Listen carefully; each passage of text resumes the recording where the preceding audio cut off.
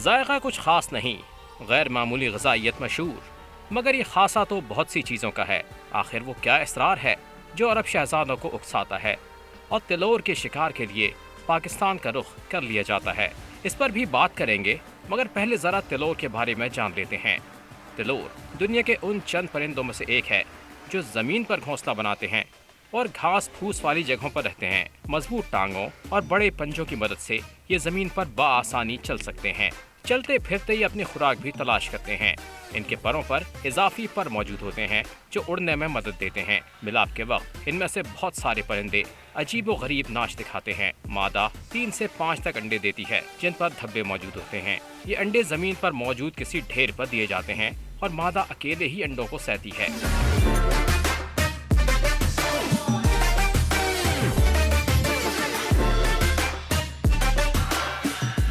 कहा जाता है कि तिलोर का गोश्त खाने से जिनसी ताकत में इजाफा होता है, इसीलिए अरब शहजादों की मरगूब ग़िज़ा है। लेकिन अरब शहजादे इससे मुत्तफिक नहीं। इनका मौक़िफ़ है कि ये शिकार आबाओ अजदाद से विरासत में मिला। वो इस खेल को जिंदा रखने पर फख्र महसूस करते हैं। वाज़ेह है कि अरब खजूर, मछली और जैतून कसरत से इस्तेमाल करते हैं। ऐसे में सिर्फ जिनसी ताकत बढ़ाना तिलोर के शिकार का मकसद क्यों? क्योंकि ये परिंदा बंदूक से शिकार नहीं होता। इस काम के लिए तरबियत याफ्ता उक़ाब इस्तेमाल किए जाते हैं।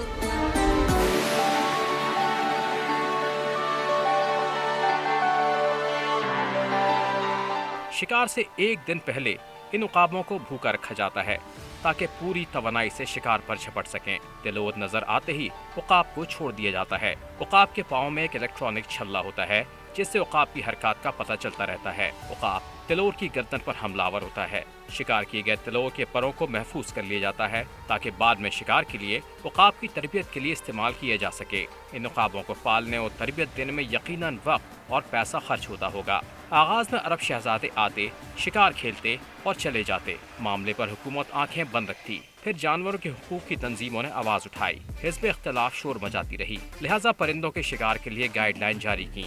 नायाब परिंदों के शिकार की फीस $1000 फी तिलोर मुकद्दर कर दी।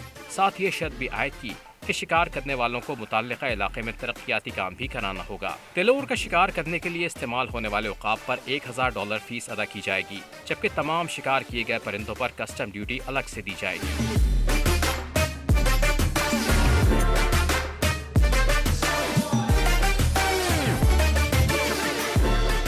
अरब शहजादों को पैसे की परवाह नहीं, दिल की सुनते हैं। तिलोर का शिकार दुनिया में जहां चाहे कर सकते हैं, फिर इतनी दर्द सरी क्यों पाली जाती है? तिलोर सिर्फ पाकिस्तान नहीं, इराक में भी पाया जाता है। तो हुस्न इंतखाब सिर्फ सिंध, पंजाब और बलूचिस्तान के दूर दराज इलाके क्यों? अब जरा इस राज की खोज लगाते हैं। एक आम ख्याल ये है कि तिलोर बहाना और देसी कुड़ियाँ निशाना।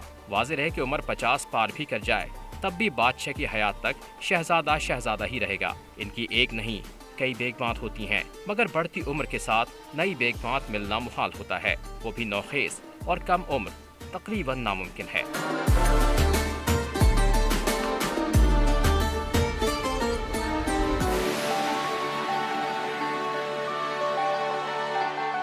मकामी अफराद के मुताबिक इस शिकार के लिए शहजादे तरह तनहा सफ़र करते हैं। बेगमात हमराह ना होने के बावजूद अक्सर खैमों से चीखों की आवाज़ें सुनी गईं। इंकशाफ हुआ, पूरा दिन शिकार के बाद शहजादे खैमों में वापस आते हैं।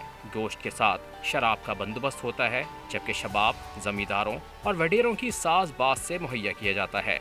इसके लिए मकामी हारियों को कायल किया जाता है कि कम उम्र बच्चियां खैमों की सफाई सुथराई पर मामूर करो, खाने पकाने के लिए भेज दो, अच्छे पैसे मिलेंगे। दिरहम दीनार का लालच वालिदैन की आंखों पर पर्दा डाल देता है और घर की इज्जत दाव पर लगा दी जाती है।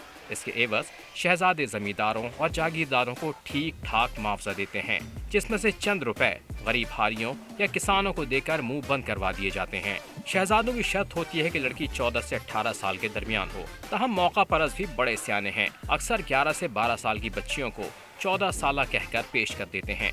अगर ये सच है तो बड़ा जुल्म है। इस पर सितम ये कि इस पर आज तक आवाज नहीं उठाई गई। न कोई NGO बोली, न किसी खवातीन के हुकूक की चैंपियन को ख्याल आया। किसी फलाही इदारे में भी ऐसी बच्चियों का कोई सुराग नहीं मिलता। हुकूमत कोई भी हो, इसे अवामी मसाइल से क्या सरोकार? शहजादों को ना करने से सिफाती ताल्लुकात खराब होने का भी खतरा खारिज इम्कान नहीं। वाज़ेह है कि शिकार के लिए जारी गाइडलाइंस में 10 रोज के दौरान 100 परिंदे शिकार करने की इजाज़त दी जाती है, लेकिन वो अक्सर कोटे से तजावुज कर जाते हैं।